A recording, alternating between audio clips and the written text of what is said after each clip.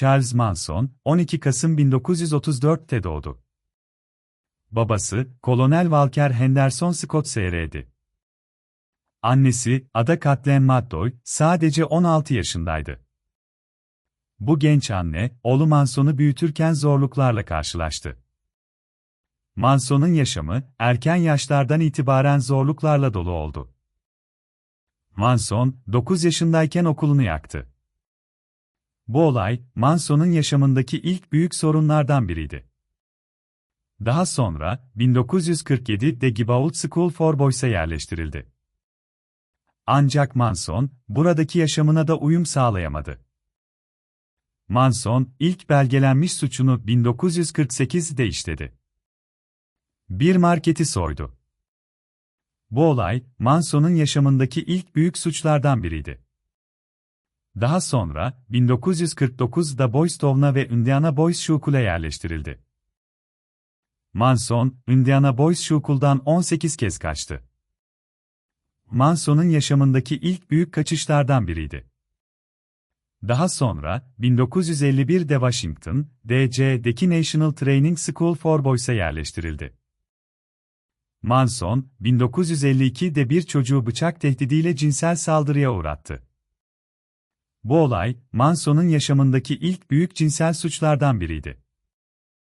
Daha sonra, 1952'de Federal Reformatorya ve Chillicothe, Ohio'daki bir maksimum güvenlik reformatoryasına yerleştirildi.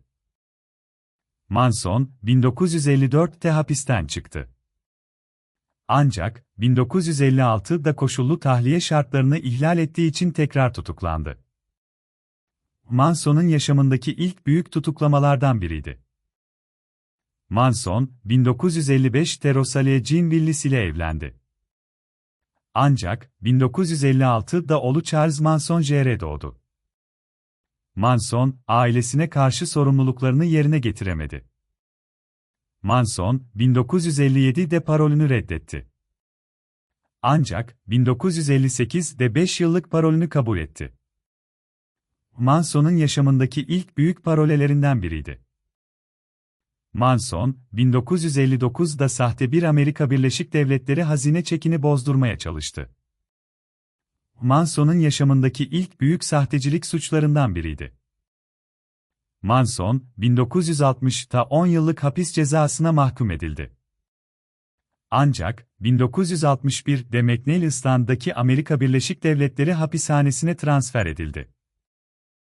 Manson, 1963'te Leonora E. Sandy Stevens'tan boşandı. Ancak, 1966'da Terminal Island'a transfer edildi. Manson, 1967'de serbest bırakıldı. Ancak, bu, Manson'un yaşamındaki en büyük değişimlerden biriydi. Berkeley'den Los Angeles'a taşındı ve San Francisco'da Haight-Ashbury Free Medical Clinic'i ziyaret etti. Manson, Roger Smith'in denetimini üstlendi. Ancak, bu, Manson'un yaşamındaki en büyük etkilerden biriydi. LSD kullanmaya başladı ve Stranger in a Strange Land kitabını okudu. Manson, Molly Brunner ile tanıştı. Ancak, bu, Manson'un yaşamındaki en büyük aşklardan biriydi. Brunner, Manson'dan hamile kaldı ve 15 Nisan 1968'de Valentine Michael adında bir oğul doğurdu. Manson, Beach Boys'un Dennis Wilson ile tanıştı. Ancak, bu, Manson'un yaşamındaki en büyük müzikal etkilerden biriydi. Wilson, Manson'a evini açtı ve Manson, Wilson'un evinde şarkılar kaydetti. Manson, Spahn Ranch'a taşındı. Ancak, bu, Manson'un yaşamındaki en büyük değişimlerden biriydi. Helter-skelter kavramını benimsedi ve 23 Mart 1969'da 10.050 Cielo Drive'a gitti.